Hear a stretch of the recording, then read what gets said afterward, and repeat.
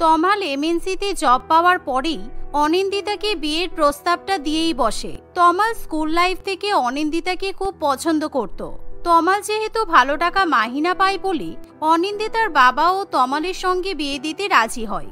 কিন্তু অনিন্দিতা বিয়ের আগে তমালকে বলে, দেখো আমি কিন্তু এমন একটা ছেলেকে বিয়ে করতে চাই যে আমাকে সারা জীবন রানীর মতো করে রাখবে। তুমি যদি আমাকে সারা জীবন রানীর মতো করে রাখো তবেই আমি তোমাকে বিয়ে করব। আমি কিন্তু তোমাদের বাড়িতে গিয়ে কাজ করতে পারবো না। আমি যা চাইবো আমার সব বায়না কিন্তু পূরণ করতে হবে। তমাল অনিন্দিতাকে এতটাই পছন্দ করত যে সে অনিন্দিতার সব শর্তেই রাজি হয়ে যায়। এভাবেই দেখতে দেখতে কিছুদিনের মধ্যেই তমাল এবং অনিন্দিতার বিয়ে হয়। বিয়ের পরের দিন অনিন্দিতা অনেক বেলা পর্যন্ত ঘুমিয়ে থাকে, যা দেখে অনিন্দিতার শাশুড়ি মা বেলা দেবী বৌমাকে ডাকতে আসে। বৌমা, ও বৌমা, বেলা 9টা বেজে গেল, তোমার কি এখনো ঘুম ভাঙছে না? তাড়াতাড়ি ওঠো, তোমার আজকে আমাদের প্রথম রান্না করে খাওয়ানোর কথা। যাও রান্নাঘরে যাও, কখন আমরা ব্রেকফাস্ট খাবো আর কখন লাঞ্চ করব? শাশুড়ি মায়ের চিৎকারে অনিন্দিতা খুবই বিরক্ত হয়। তাই অনিন্দিতা তমালকে ডেকে বলে, এই দেখো তো, তোমার মা এসে ডাকাডাকি শুরু করেছে। আমি বাড়িতে বেলা 12টা পর্যন্ত ঘুমাই, তাহলে শ্বশুর বাড়িতে এসে আমি 9টার সময় উঠে রান্নাঘরে যেতে পারবো না। তোমার মাকে বলে দিয়ে এসো আমি আজকে কোনো রান্না বান্না করবো না। তমাল বুঝতে পারে অনিন্দিতা রান্নাঘরে যাবে না, তাই সে ঠিক করে আজকে সে নিজেই ব্রেকফাস্ট এবং লাঞ্চ তৈরি করবে। তাই তমাল রান্নাঘরে গিয়ে ব্রেকফাস্ট বানাতে শুরু করে।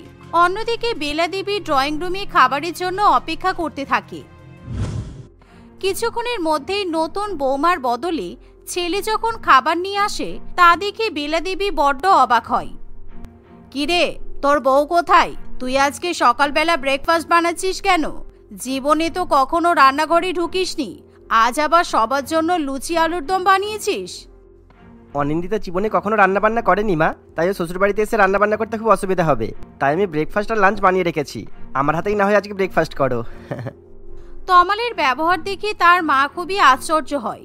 কিন্তু কিছুক্ষণের মধ্যেই অনিন্দিতা এসে খাবার টেবিলে বসলে তমাল অনিন্দিতার প্লেটে ভালোভাবে লুচি, আলুর দম, পায়েস, দই দিয়ে সাজিয়ে দেয়। এমনকি অফিসে যাওয়ার আগে তমাল রান্নাবান্না করে দিয়ে যায়।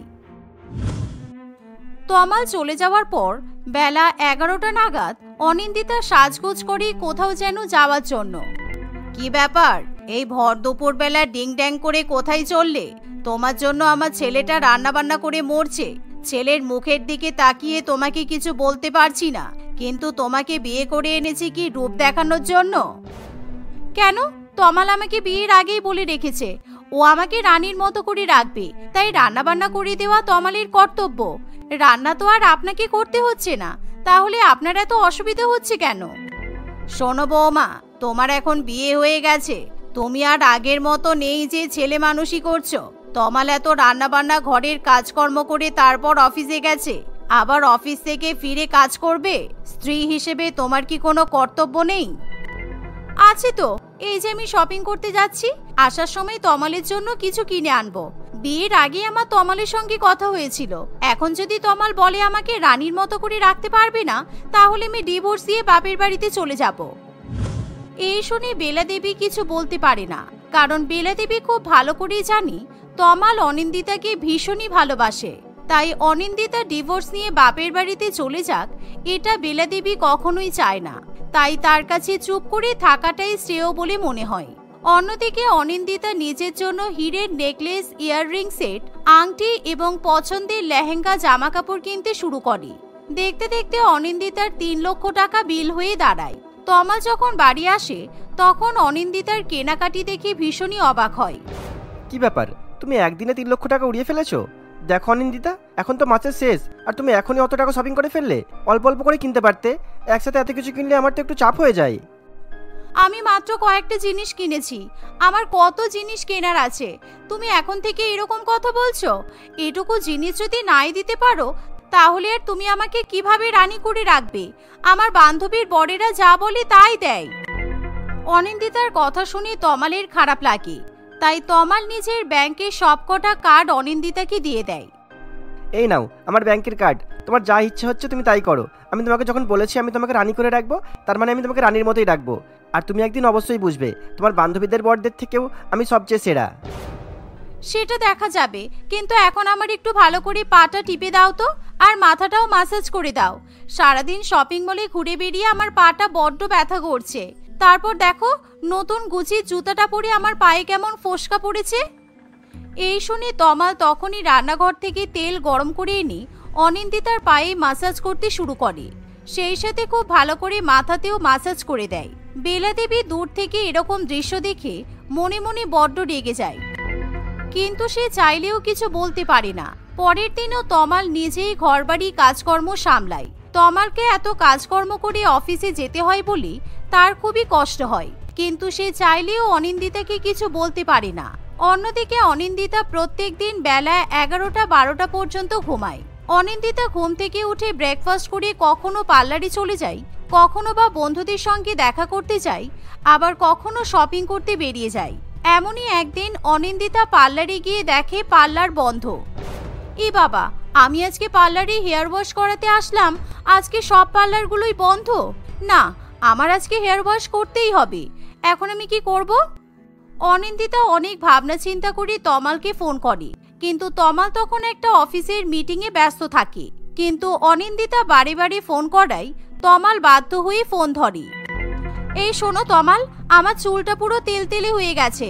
আজকে আমি পার্লারে এসেছিলাম হেয়ার ওয়াশ করানোর জন্য, কিন্তু সব পার্লার বন্ধ। তাই তুমি এখনই বাড়ি এসে আমার হেয়ার ওয়াশ করে দিয়ে যাও। কিন্তু অনিন্দিতা, আমি তো এখন অফিসের একটা ইম্পর্টেন্ট মিটিংয়ে আছি। আমি কি করে তোমার হেয়ার ওয়াশ করব? বাথরুমে শ্যাম্পু কন্ডিশনার সব রাখা আছে, তুমি নিজেই বরং হেয়ার ওয়াশ করে নাও। আমি নিজেই যদি হেয়ার ওয়াশ করতে পারবো তাহলে আমি তোমাকে ফোন করেছি কেন? তাড়াতাড়ি এসে হেয়ার ওয়াশ করে দিয়ে যাও। আমি জীবনে কখনো নিজে হাতে শ্যাম্পু করিনি। আজকে বিকালে আমার বন্ধুদের সঙ্গে মুভি ডেট আছে। তুমি যদি এখনই না আসো তাহলে কিন্তু আমি বাপের বাড়িতে চলে যাব। অনিন্দিতার কথায় ভয় পেয়ে তমাল তার লাঞ্চ ব্রেকে বাড়ি এসে অনিন্দিতার চুলে শ্যাম্পু কন্ডিশনার মাখিয়ে হেয়ার ওয়াশ করে দেয়। কিন্তু অনিন্দিতার হেয়ার ওয়াশ করাতে গিয়ে তমালের অফিসে যেতে অনেকটা লেট হয়। ফলে তমাল বসের কাছে খুবই বকা শোনে।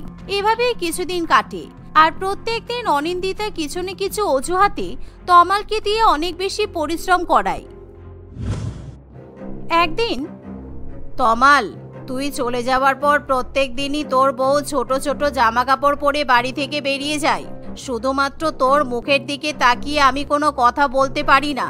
এর থেকে ভালো তোর যদি কোনো সাধারণ মেয়ের সঙ্গে বিয়ে দিতাম তাহলে তুই অনেক সুখে থাকতিস। অফিসে যাওয়ার আগে রান্নাবান্না করতে হয়, আবার অফিস থেকে ফিরে এসেও তো রান্নাবান্না করতে হয়। মায়ের কথা শুনে তমাল কোনো উত্তর দেয় না। এভাবেই দেখতে দেখতে বেশ কিছুদিন কাটে, আর অনিন্দিতা প্রত্যেক দিনই অনেক অনেক টাকা খরচা করে থাকে। একদিন অনিন্দিতার বান্ধবী সুপর্ণা বলে, তুই যে প্রত্যেক দিন বিল পে করিস, এতে তোর হাজবেন্ড কিছু বলে না? প্রত্যেক দিনই তো হাজার হাজার টাকা উড়িয়ে ফেলছিস। এত টাকা ওড়ানো কি ঠিক? এত বেশি আমাদের জন্য খরচা করতে হবে না। তুই বরং তোর বরের টাকাটা একটু বাঁচা। তোর বর কত ভালো, সংসারের কাজকর্ম করে দেয়, তোর বায়না পূরণ করে। এরকম বর তুই কোথায় পাবি বলতো?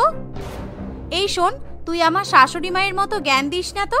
আমার বরের দায়িত্ব আমাকে ভালো রাখা, সেই জন্য আমাকে বিয়ে করেছে। আর আমার বর আমার জন্যই টাকা ইনকাম করে, তাই আমি আমার ইনকাম করা টাকা ওড়াচ্ছি। অনিন্দিতার বান্ধবীরা প্রত্যেক দিন তার এরকম টাকা খরচা করা মোটেই পছন্দ করে না, কিন্তু তারা বাধা দিলেও অনিন্দিতা কোনো কথা শুনতে চায় না। এভাবে আরো কিছুদিন কাটে।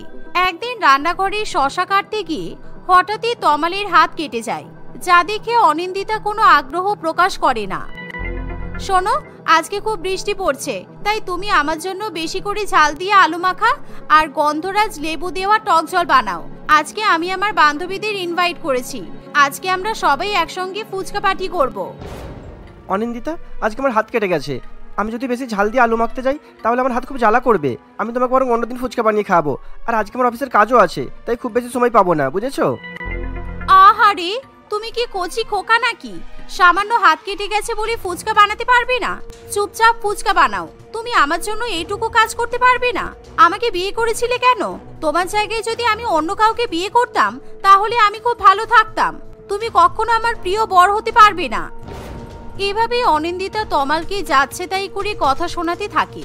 ফলে বাধ্য হয়ে তমাল কাটা হাতে অনিন্দিতার জন্য ঝাল ফুচকা তৈরি করে। রাত্রিবেলা তমালকে আবার অফিসের কাজ নিয়ে বসতে হয়। এই তুমি লাইটটা অফ করবে? তোমার জন্য আমি ঠিকমতো ঘুমাতে পারছি না। তোমার যদি কাজের এতটাই দরকার তাহলে তুমি বাইরে গিয়ে কাজ করো, শুধু শুধু আমার ঘুম নষ্ট করো না তো। অনিন্দিতার কথা শুনে তমাল ঘরের বাইরে গিয়ে কাজ করতে বসে, কিন্তু ড্রয়িং রুমে কোনো এসি থাকে না, আর সেখানে মশার উপদ্রবও অনেক বেশি থাকে। তাই তমালকে সারা রাত মশার কামড় খেতে হয়। অনিন্দিতা মাঝরাতে জল খেতে উঠলেও তমালের এরকম অবস্থা দেখে তার কিছু মনে হয় না।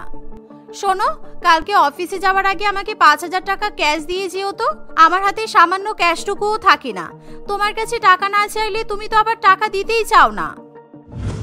পরের দিন অনিন্দিতা তমালের কাছ থেকে 5,000 টাকা ক্যাশ নিয়ে তার এক পুরানো বন্ধু অমিতের সঙ্গে রেস্টুরেন্টে খেতে চলে যায়।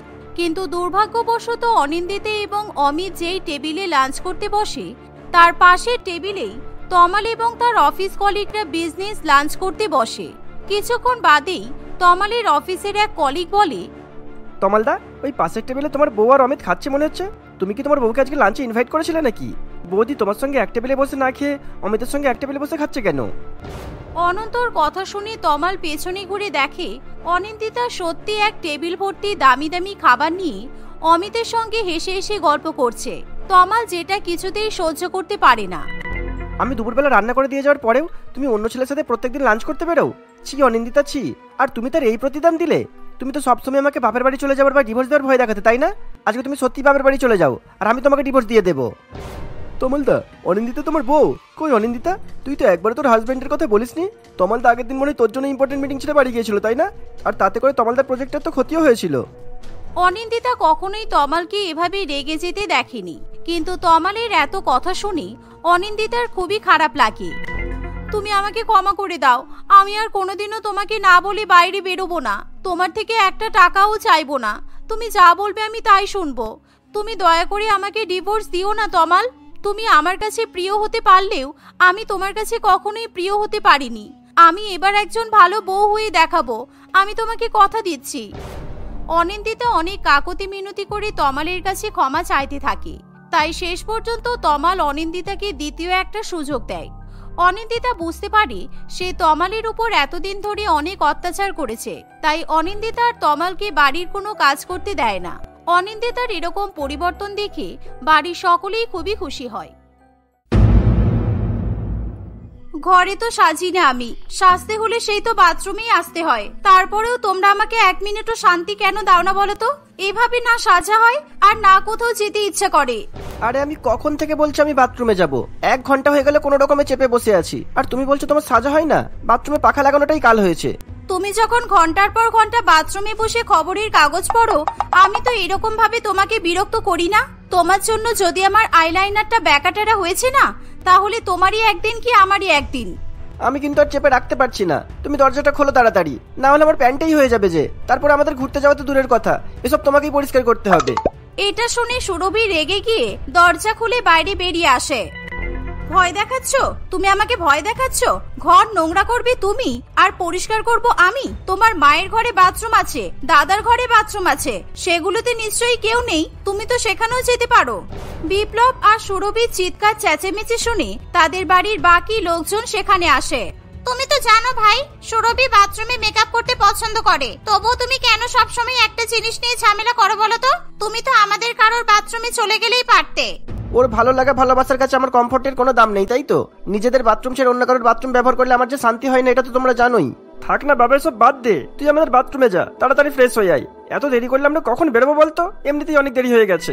এখন কিন্তু আপনাদের দেরি হচ্ছে বলে আমাকে তাড়াতাড়ি মেকআপ করতে বলবেন না, আমি পারবো না।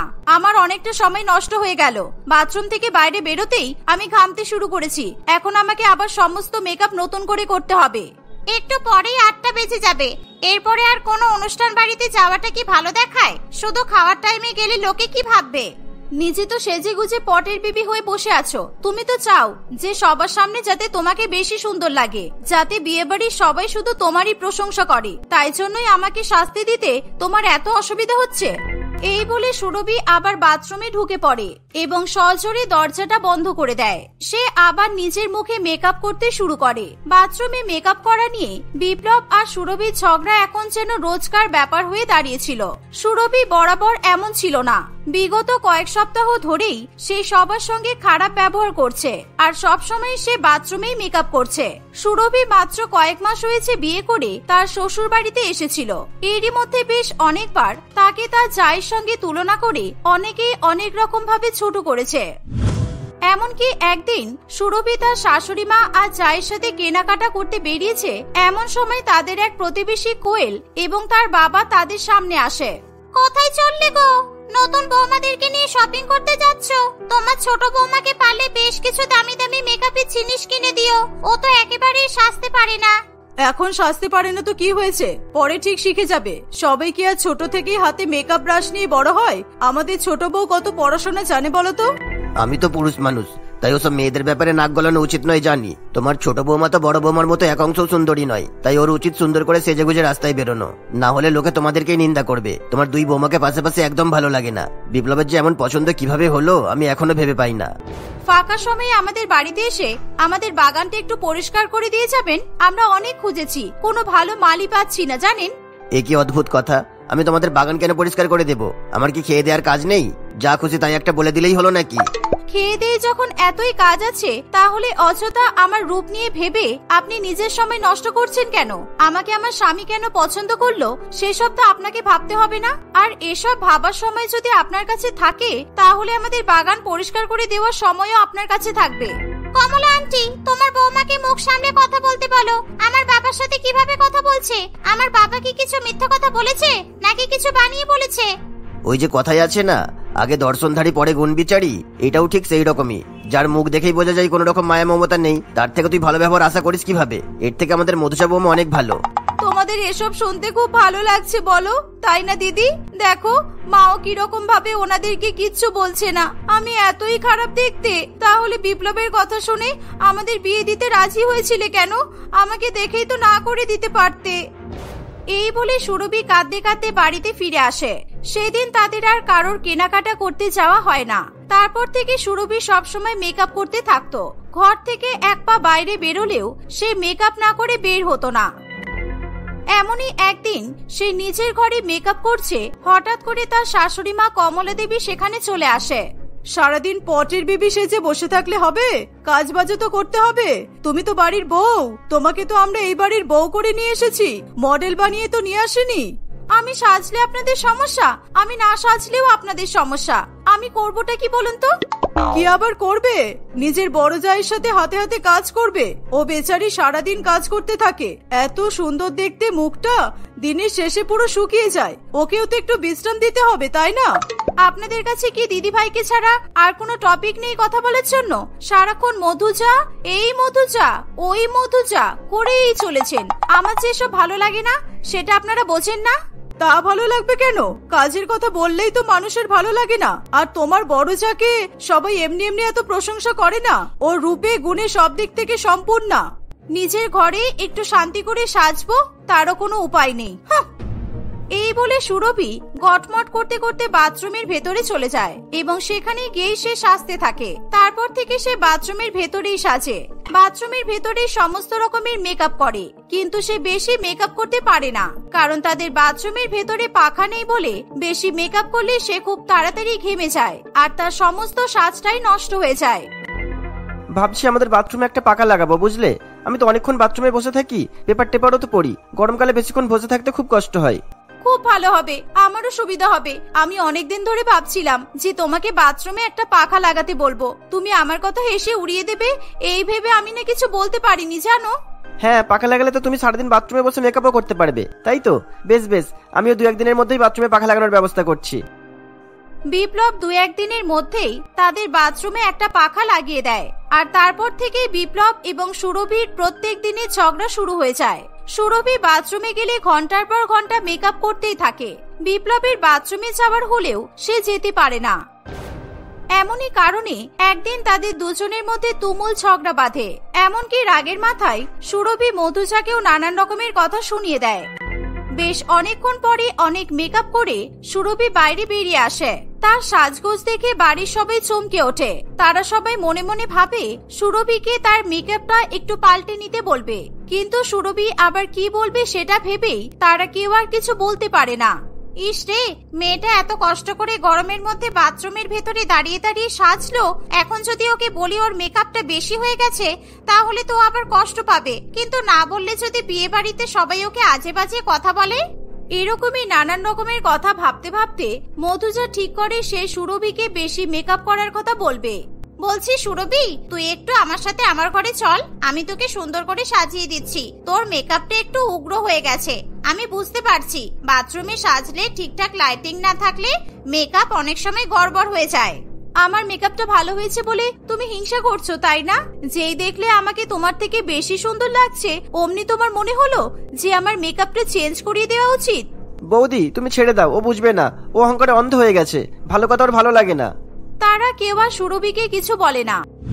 তারা সবাই মিলে বিয়ে বাড়িতে চলে যায়। বিয়ে বাড়িতে যেতেই সবাই সুরভিকে নিয়ে নানান রকমের আলোচনা করতে থাকে। তাকে নিয়ে সবাই হাসাহাসি করে। সুরভি বুঝতে পারলেও সবকিছুকে উপেক্ষা করে। তারা সবাই এক জায়গায় দাঁড়িয়ে আছে, এমন সময় তাদের কাছে আবার কোয়েল এবং রমেন বাবু আসে। বাবা, তোমার ছোট বৌমা তো দেখছি খুব সুন্দরী হয়ে গেছে, ওর থেকে তো চোখ ফেরানোই যাচ্ছে না। সারা বিয়ে বাড়িতে সবাই তো ওকে নিয়েই কথা বলছে। দেখো দিদি দেখো, তুমি বলছিলে আমার মেকআপ নাকি ভালো হয়নি, বাথরুমে সাজা যায় না, এখন দেখেছো সবাই কেমন আমার প্রশংসা করছে। প্রশংসা না করে কি উপায় আছে? বিয়ে বাড়িতে এসে এমন অদ্ভুত দৃশ্য দেখবো তা তো আগে ভাবতে পারিনি। তোমাকে দেখে বোঝাই যাচ্ছে না বিয়ে বাড়িতে এসেছো নাকি ফ্যান্সি ড্রেস কম্পিটিশনে এসেছো। সেই যেই বাগানের ঘাসগুলো কাটতে বলছিলে, সেই বাগানের গাছগুলো কি খুব বড়? তুমি বুঝি ওখানেই থাকো? না মানে তোমার মতো দেখতে আরো যারা আছে তারা তো গাছে ঘুরে বেড়ায়, তাই জিজ্ঞাসা করলাম আর কি। রমেন বাবুর কথা শুনে তাদের আশেপাশের লোকজনও হাসতে থাকে। সুরভি বুঝতে পারে এতক্ষণ ধরে কোয়েল এবং রমেন বাবু তাকে নিয়ে মজা করছিল। সেই মুহূর্তে সুরভির শ্বশুর বাড়ির কেউ কোনো কথা না বললে সুরভি খুবই দুঃখ পায় এবং কাঁদতে কাঁদতে বাড়ি চলে আসে। তারপর থেকে মধুজার উপর সুরভির রাগ যেন আরো বেড়ে যায়। আমাকে সমস্ত বিয়ে বাড়ির লোকজনের সামনে কোয়েল আর ওর বাবা এত অপমান করলো, তাও আমার বাড়ির লোক কেউ কিছু বললো না। আমার যা বোধহয় মনে মনে খুশি হয়েছে। ওর রূপ নিয়ে খুব অহংকার তাই না? ওর খুশি আমি বের করছি। এই বলে সুরভি বাজারে যায়। সেখান থেকে বেশ অনেক রকমের ক্রিম, লোশন এবং মেকআপ করার বিভিন্ন রকমের প্রোডাক্ট কিনে নিয়ে আসে। প্রত্যেকটা জিনিস দুটো করে কেনে, একটা তার জন্য এবং আর একটা মধুজার জন্য। মধুজার জন্য নিয়ে আসা ক্রিমগুলোতে সে অত্যন্ত ভয়ঙ্কর বেশ কয়েকটা কেমিক্যাল মিশিয়ে দেয় আর সবকটা ক্রিমের কৌটোই পাশাপাশি রাখে যাতে মধুজার মনে কোনো সন্দেহ না হয়। মধুজার ক্ষতি করতে পারবে ভেবে সুরভি এতটাই আত্মবিশ্বাসী ছিল যে সে ভুলেই যায় দুটো একই রকম দেখতে কৌটোর মধ্যে কোন কৌটোটা সে মধুজার জন্য রেখেছিল এবং কোনটা তার জন্য ছিল। তাই ভুলবশত সে ক্ষতিকারক কেমিক্যাল মেশানো ক্রিমগুলো নিজে মাখবে বলে বাথরুমে গিয়ে রেখে আসে আর ভালো ক্রিমগুলো মধুজাকে দিয়ে দেয়। কিছুক্ষণ পরে সে বাথরুমে গিয়ে ওই ক্রিমগুলো নিজের মুখে মাখতে থাকে। ও মা গো, আমি মরে গেলাম, আমাকে কেউ বাঁচাও, আমি চোখে কিছু দেখতে পাচ্ছি না, এইসব আমার সাথে কি হচ্ছে আমি কিছু বুঝতে পারছি না তো। সুরভি মেকআপ করার সময় বাথরুমের দরজা ভেতর থেকে বন্ধ করে নিত আর সেই কারণে তার বাড়ির লোকেদের তাকে বাঁচাতেও বেশ কিছুক্ষণ সময় লেগে যায়। যতক্ষণে তারা দরজা ভেঙে বাথরুমের ভেতরে প্রবেশ করে ততক্ষণে ওই ক্ষতিকারক মেকআপ প্রোডাক্টগুলোর জন্য সুরভির স্কিন একেবারে নষ্ট হয়ে যায়। এই সবগুলো আমার জন্যই হয়েছে। আমি শুধু দিদি ভাইয়ের উপর হিংসা করে গেছি। দিদি ভাই আমার ভালো চাইলেও আমি সেটাকে খারাপ ভাবে দেখেছি। সেই জন্যই দিদি ভাইকে এই খারাপ ক্রিমগুলো দিতে গিয়ে আমি নিজে ভুল করে নিজের জন্য নিয়ে চলে এসেছি। যেই ক্ষতিটা আমি দিদি ভাইয়ের জন্য প্ল্যান করেছিলাম সেটা আমার সাথেই হয়েছে। এই কথাটা বলেই সুরভি অজ্ঞান হয়ে যায়। বাড়ির সকলে মিলে তাকে হাসপাতালে ভর্তি করে এবং তৎক্ষণাৎ তার চিকিৎসা শুরু হয়ে যায়। কিছুদিন পর সে বেশ কিছুটা সুস্থ হয়ে উঠলে তাকে বাড়িতে নিয়ে আসা হয়। তারপর থেকে সবাই সুরভির সঙ্গে বন্ধুর মতো ব্যবহার করে যাতে তার মনে আর কোনো রকমের রেষারেষি কিংবা ভেদাভেদের কথা ভুলেও না আসে।